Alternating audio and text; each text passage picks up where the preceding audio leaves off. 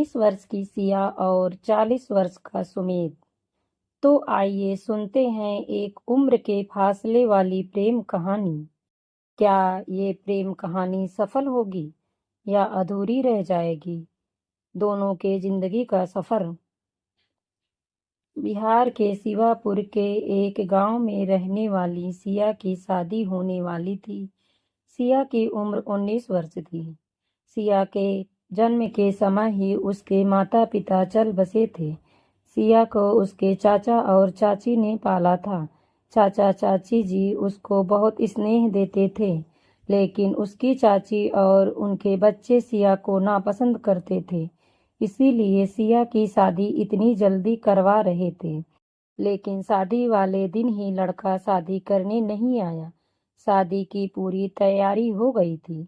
बारात आने के कारण सिया के चाचा ने पता लगवाया तो पता चला कि लड़के ने शहर में ही दूसरी शादी कर ली है और वो गांव आने से मना कर चुका है। ये सब जब सिया की चाची को पता चला तो उन्होंने सिया को घर से निकाल दिया और बोली कि इस मनहूस का साया अब मेरे बच्चों की जिंदगी पे भी पड़े, उससे पहले इसे यहाँ से निकाल दो। सिया के चाचा जी भी बेबस थे और सिया के लिए कुछ नहीं कर पा रहे थे। सिया दिखने में बिल्कुल परी जैसी थी, बहुत ही ज्यादा खूबसूरत थी। उसकी बड़ी बड़ी आंखें और गुलाब की पंखुड़ी की तरह गुलाबी होंठ थे। सिया खुद भी बहुत दुखी थी। उसे समझ नहीं आ रहा था कि अब आगे वो कहाँ जाए और क्या करेगी। वो बार बार अपनी चाची के पैरों में गिरकर वहां रहने की भीख मांग रही थी, लेकिन उसकी चाची ने उसके मुंह पे दरवाजा बंद कर लिया। सिया वहीं भूखी प्यासी बैठी रही। तभी वहां से स्कूल के मास्टर जी गुजर रहे थे, जो कि पास वाले शहर से रोज स्कूल में पढ़ाने आते थे।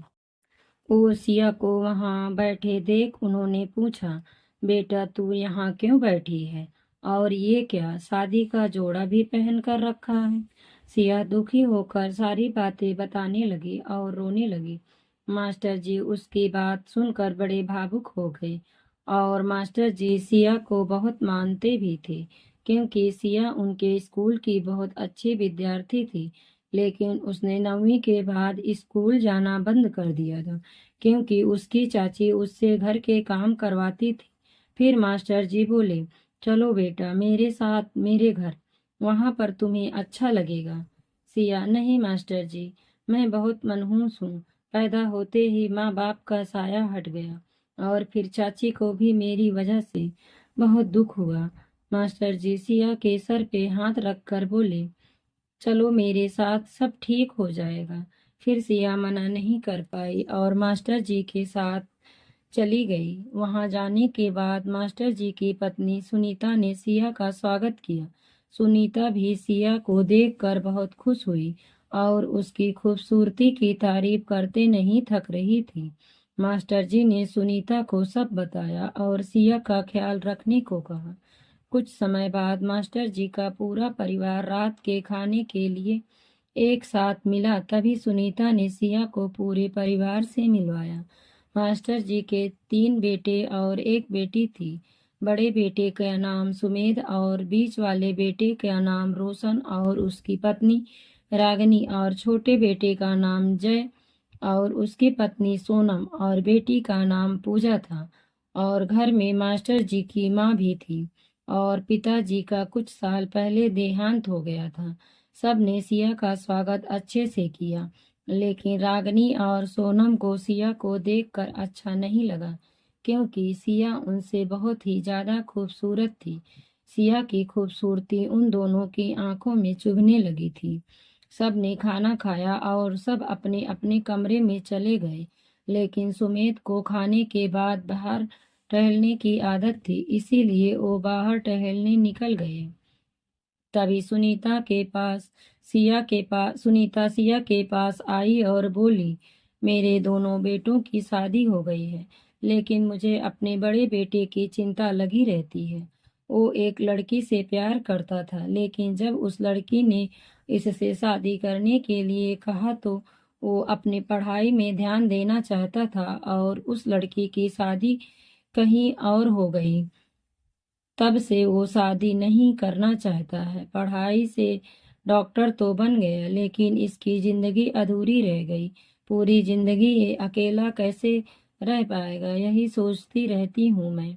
ये कहते हुए सुनीता वहां से चली गई और सिया भी मेहमान वाले कमरे में चली गई। देखते देखते 1 महीने बीत गए।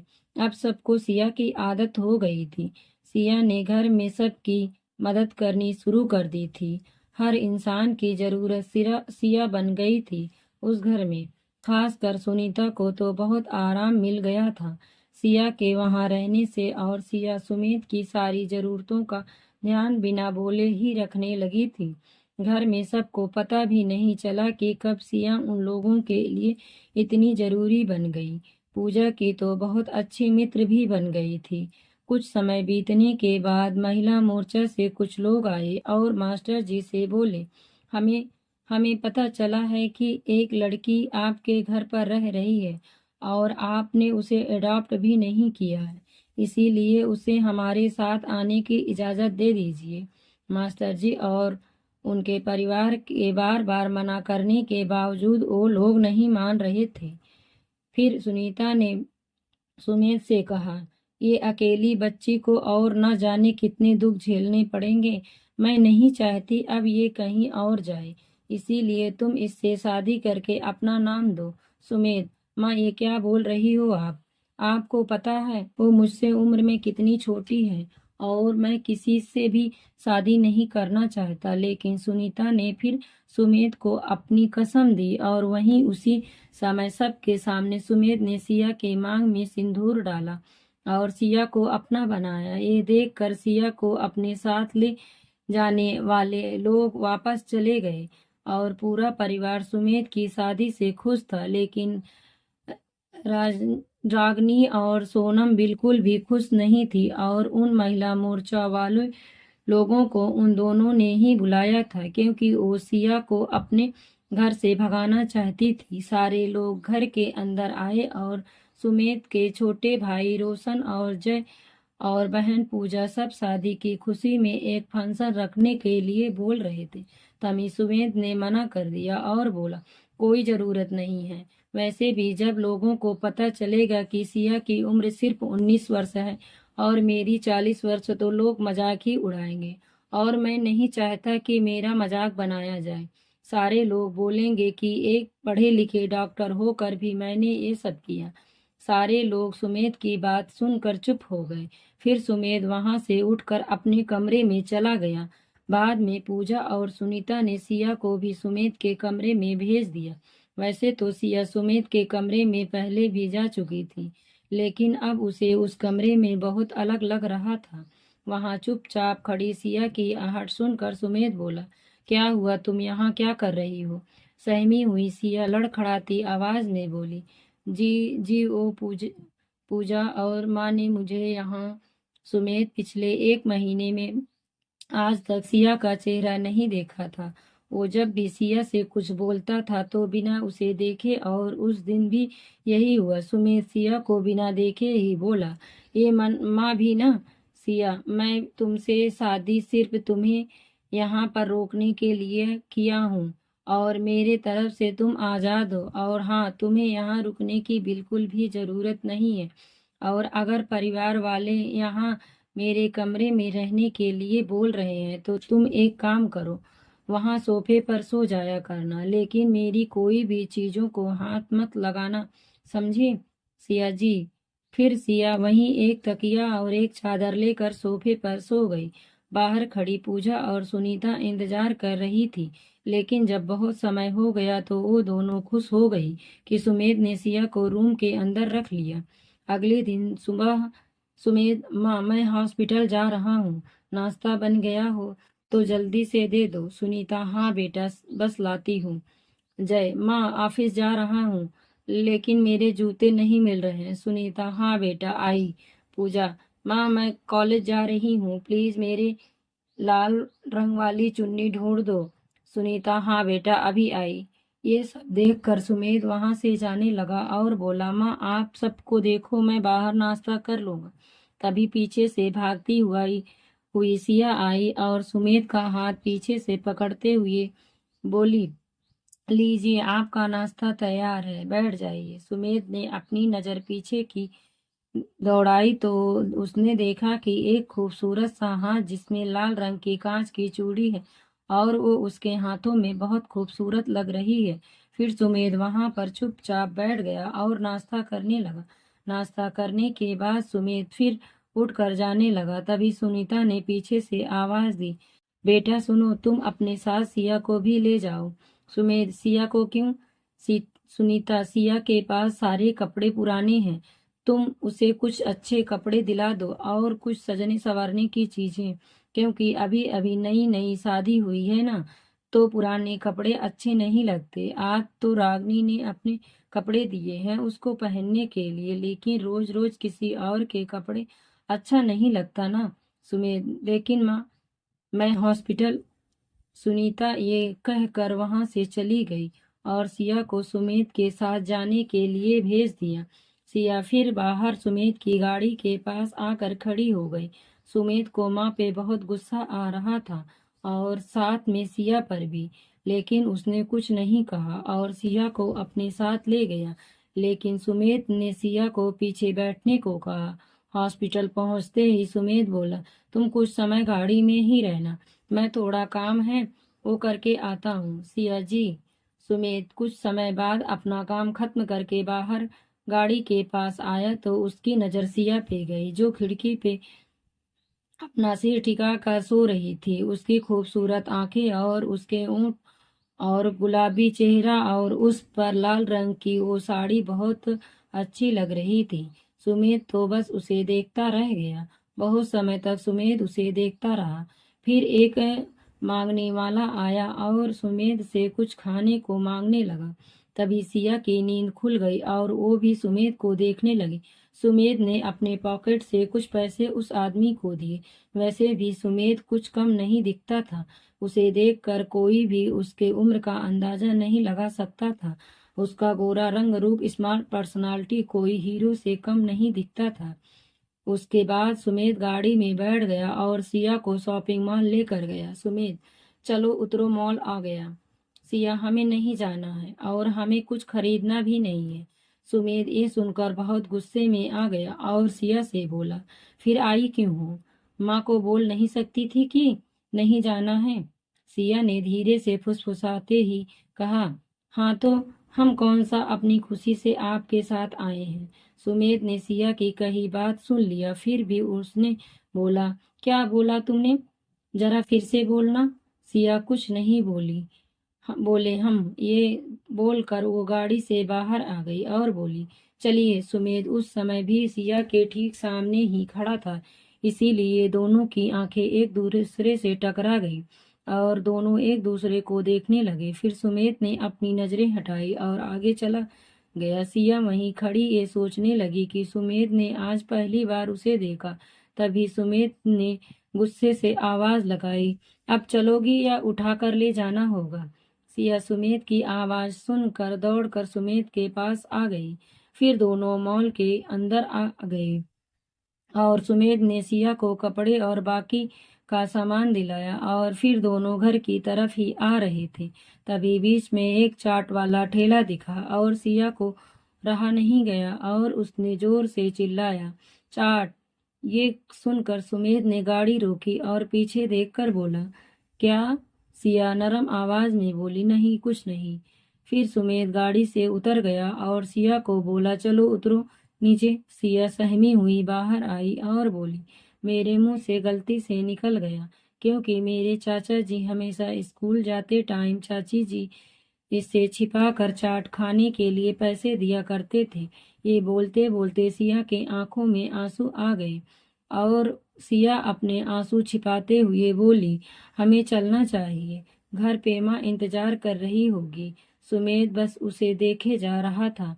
फिर सुमेध बिना कुछ बोले ही चाट वाले के पास गया और वहां से एक प्लेट चाट लेकर आया और सिया के हाथों में देखते हुए बोला, अगर आगे भी तुम्हें किसी भी चीज की जरूरत महसूस हो तो मुझे कह देना, मैं ले आऊंगा। उस वक्त सिया को यह सुनकर बहुत अच्छा लगा और उसने सुमेध की आवाज में अपनापन महसूस किया। फिर सब भूलकर सिया अपने चाट का आनंद लेने लगी। उसी बीच सिया ने एक बार सुमेध से भी पूछा, आपने अपने लिए नहीं लिया, क्या आप खाएंगे मेरे साथ? सुमेध, नहीं, मुझे पसंद नहीं है, तुम ही खाओ। फिर सिया ने खुशी खुशी अपना चाट खत्म किया और सुमेध बस उसे ऐसे बच्चों की तरह खाता हुआ देख मुस्कुरा रहा था। फिर सिया अपनी जगह पर आकर बैठ गई और सुमेध भी अपनी जगह पर बैठ गया। फिर दोनों घर गए और सिया ने सारा सामान सुनीता और पूजा को दिखाया। वहीं खड़ी रागनी और सोनम को ये सब देखकर बिल्कुल भी अच्छा नहीं लग रहा था। रागनी ने गुस्से में सोनम की तरफ देखकर बोला, देखो, आज एक नौकरानी यहाँ की मालकिन बन गई है और हमारी जेठानी भी। सोनम, कुछ तो करना पड़ेगा, वरना घर में सब उसी का गुणगान करते रहेंगे। रागनी, हाँ, वो भी तो जल्दी। फिर सुनीता ने सिया को अपना सारा सामान लेकर अंदर अपने कमरे में जाने को कहा। तभी सिया अपना सामान लेकर सुमेध के कमरे में गई। ये देखकर सुमेध सिया के ठीक सामने खड़ा हो गया और सिया की लंबाई छोटी होने के कारण सिया अपनी नीची नजरों से ऊपर सुमेध को देखने लगी। तभी सुमेध ने कहा, क्या है ये सब? मैंने कहा था ना कि इस कमरे में मैंने तुम्हें सिर्फ सोफे पर सोने की इजाजत दी है, ना कि इस कमरे में तुम्हें हिस्सा दिया है, जो तुम अपना सारा सामान लेकर मेरे कमरे में आ गई। सिया भी इस बार चुप नहीं रही और बोली, तो हम कहाँ जाएं? माँ ने कहा हम आपके कमरे में जाएं, और अब आप बोल रहे हैं यहाँ से जाओ।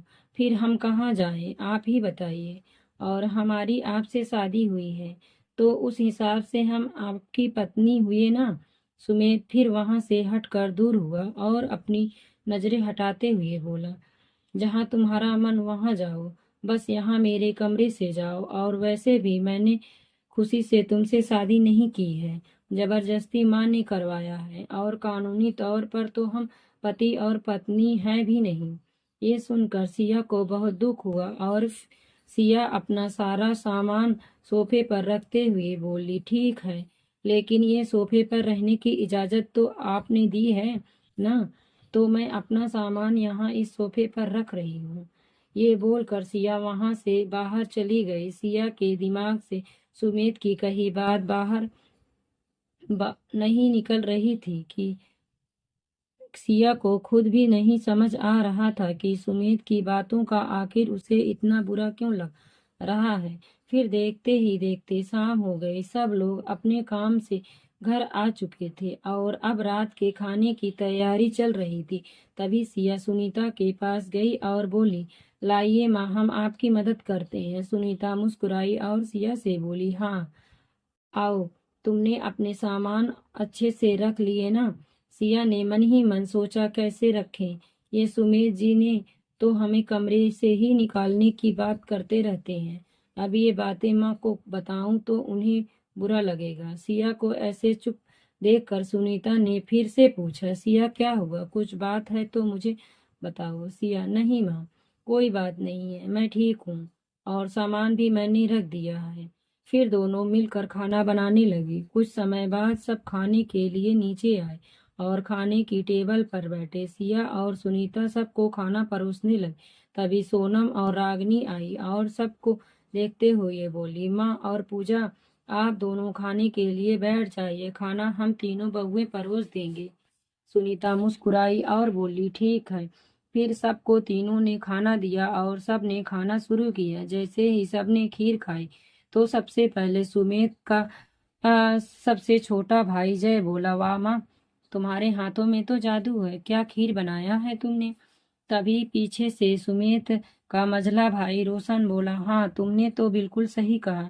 तभी सुनीता मुस्कुराई और बोली, खीर मैंने नहीं, सिया ने बनाया है। वैसे तो सिया खाना पहले भी बना चुकी है, लेकिन शादी के बाद इसने पहली बार बनाया है, इसीलिए मैंने इसे खीर बनाने को कहा था। तभी पूजा मजाक करते हुए बोली, फिर तो अब सबको नेक देना होगा। तभी सुमेध ने के दोनों भाई बोले, हाँ, बिल्कुल मिलेगा नेक, तो मिलेगा ही। सबने पहले मास्टर जी से जी खाना खाने के बाद उठे और सिया के सर पे हाथ रखते हुए बोले, बेटा कुछ ला नहीं पाया मैं, माफ करना।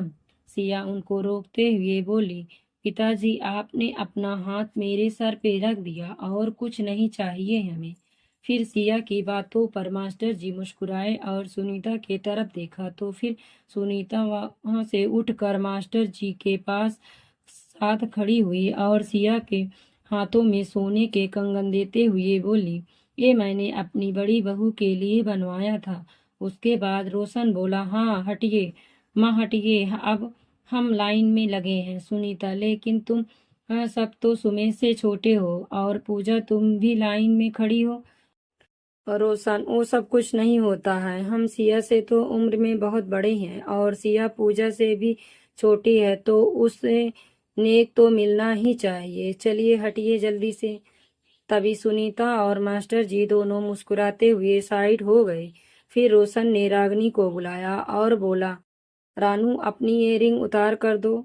रागनी अपनी रिंग नहीं देना चाहती थी, लेकिन रोशन के बोलने पर रानू को अपनी रिंग उतार कर देनी पड़ी। उसके बाद जय ने वह सोनम की चैन सिया को दिलवा दी। फिर पूजा की बारी आई तो उसने एक नई हाथों में पहनने वाली घड़ी गिफ्ट की और बोली, भाभी ये मैंने वैसे भी आपको देने के लिए ही लाई थी। उसके बाद सब जाने लगे तो पूजा ने सबको रोकते हुए बोला, एक मिनट रुक जाइए, सुमित भैया भी तो कुछ देंगे ना। सब रुक गए और सुमित की तरफ देखने लगे। तभी सुमित ने देखा कि सबकी नजरें उसका इंतजार कर रही हैं। फिर सुमित बोला, मैं कुछ लेकर नहीं आया और मेरे पास कुछ है भी नहीं, और ये फालतू चीजों के लिए मुझे मत बोला करो आप सब।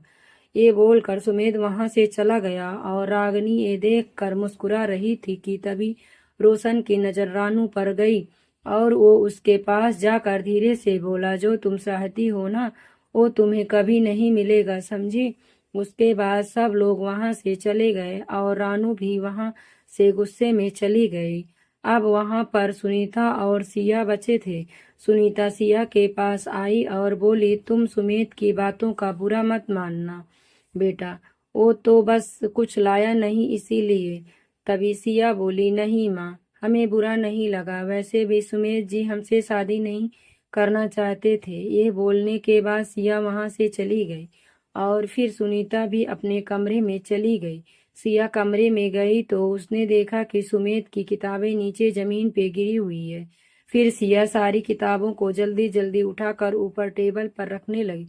तभी कमरे में सुमेध आया और सिया पे ऊंची आवाज में बोला, तुम्हारी हिम्मत कैसे हुई मेरी किताबों को हाथ लगाने की? पागल हो क्या?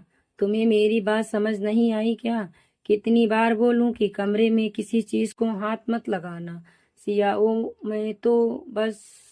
लेकिन सुमेध सिया की एक बात नहीं सुन रहा था और उसे डांटे जा रहा था। उसके बाद सुमेध ने गुस्से में कहा, बस अब बहुत हो गया, जाओ तुम यहाँ बालकनी में जाकर सो जाओ। ये सुनकर सिया अपनी चादर और तकिया उठाने लगी। तुम्हें सुबेद उसके सामने आया और उसके हाथ से दोनों चीजें लेते हुए बोला, इन दोनों के बिना ही जाओ, कुछ नहीं मिलेगा, फिर इस कमरे के बाहर जाओ। सिया, लेकिन बालकनी में ठंड लगेगी। सुमेध, अब इस कमरे से चली जाओ ना। सिया भी थोड़ी जिद्दी थी और कमरे से जाने के बाद सुनीता को भी दुख होगा, ये सोचकर सिया बालकनी में चली गई। अगले दिन सुबह हुई। सुमेध और उसके परिवार वाले हमेशा की तरह तैयार होकर नीचे खाने की टेबल पर आ चुके थे। सब लोग सिया को ढूंढ रहे थे क्योंकि सिया के बगैर बहुत लोगों को अपनी चीजें समय पर नहीं मिल रही थी। तभी सिया छींकते हुए नीचे आई। उसको देखकर सुनीता उसके पास गई और उसको छू कर देखी तो पता चला कि उसको सर्दी और बुखार है। तभी सुनीता ने सिया को खाने की टेबल पर बिठाते हुए कहा, तुम्हारी इतनी तबीयत खराब कैसे हो गई? खैर सुमेध, तुम इसे अपने साथ लेकर अपने हॉस्पिटल ले जाओ और इसे बुखार के डॉक्टर के पास दिखवा देना। पता नहीं कैसे तबीयत खराब हो गई बच्ची की। सिया, मैं ठीक हो जाऊंगी। सुनीता, चुप रहो तुम अब। तभी पूजा बोली, भैया, वो रात में मैंने आपकी एक किताब ली थी, क्योंकि मुझे ज़रूरत थी, तभी आपकी किताबें नीचे गिर गई थी। मुझे माफ़ कर देना। मैं जल्दी जल्दी में उसको उठा नहीं पाई। ये बात सुनते ही सिया सुमेध के तरफ देखने लगी और सुमेध अपना सिर नीचे करते हुए बोला, कोई बात नहीं। उसके बाद सब अपने अपने काम के लिए निकल गए और सिया और सुमेध भी एक साथ घर से निकल गए। तभी सोनम बोली, भाभी, ये दोनों के बीच प्यार तो नहीं होने लगा? तभी रागनी मुस्कुराई और बोली, कभी ऐसा नहीं होगा। सुमेध इतना पढ़ा लिखा है, एक सर्जन है, और ये गंवार। दोनों में जमीन आसमान का फर्क है। प्यार कभी नहीं हो सकता और हमें अब कुछ करने की जरूरत ही नहीं है। तुम देखना, ये दोनों अपने आप ही अलग हो जाएंगे। वहीं सुमेध और सिया चुपचाप गाड़ी में बैठ कर जा रहे थे और इस बार सिया सुमेध के साथ आगे बैठी थी और सुमेध ने मना भी नहीं किया था, लेकिन सिया बार बार छींके जा रही थी। सुमेध, सिया, क्या तुम चाय पियोगी? सिया, नहीं। सुमेध, तुम्हारी छींक रुक जाएगी थोड़े समय के लिए। सिया को सुमेध का बार बार बोलना अच्छा नहीं लग रहा था। सिया ने गुस्से में कहा, गाड़ी रोकिए। सुमेध, क्यों? सिया, क्योंकि मैंने कहा है। रोकिए, नहीं तो मैं खुदकुशी कर लूंगी गाड़ी से कूद कर। ये सुनकर सुमेध ने गाड़ी रोक दी। फिर सिया नीचे उतर गई और पैदल जाने लगी। तभी गाड़ी साइड में खड़ी करके सुमेध उसके पीछे आया और उसके हाथ को पकड़ते हुए बोला, सिया, ये क्या पागलपन है? ये सुनकर सिया को और गुस्सा आ गया और सिया बोली, आपने जो कल रात मेरे साथ किया वो क्या था? क्या वो पागलपन नहीं था? ठंड में हमें आपने बाहर सोने को कहा, वो भी क्यों? क्योंकि मैंने आपकी मदद की, आपकी किताबें ऊपर रखी।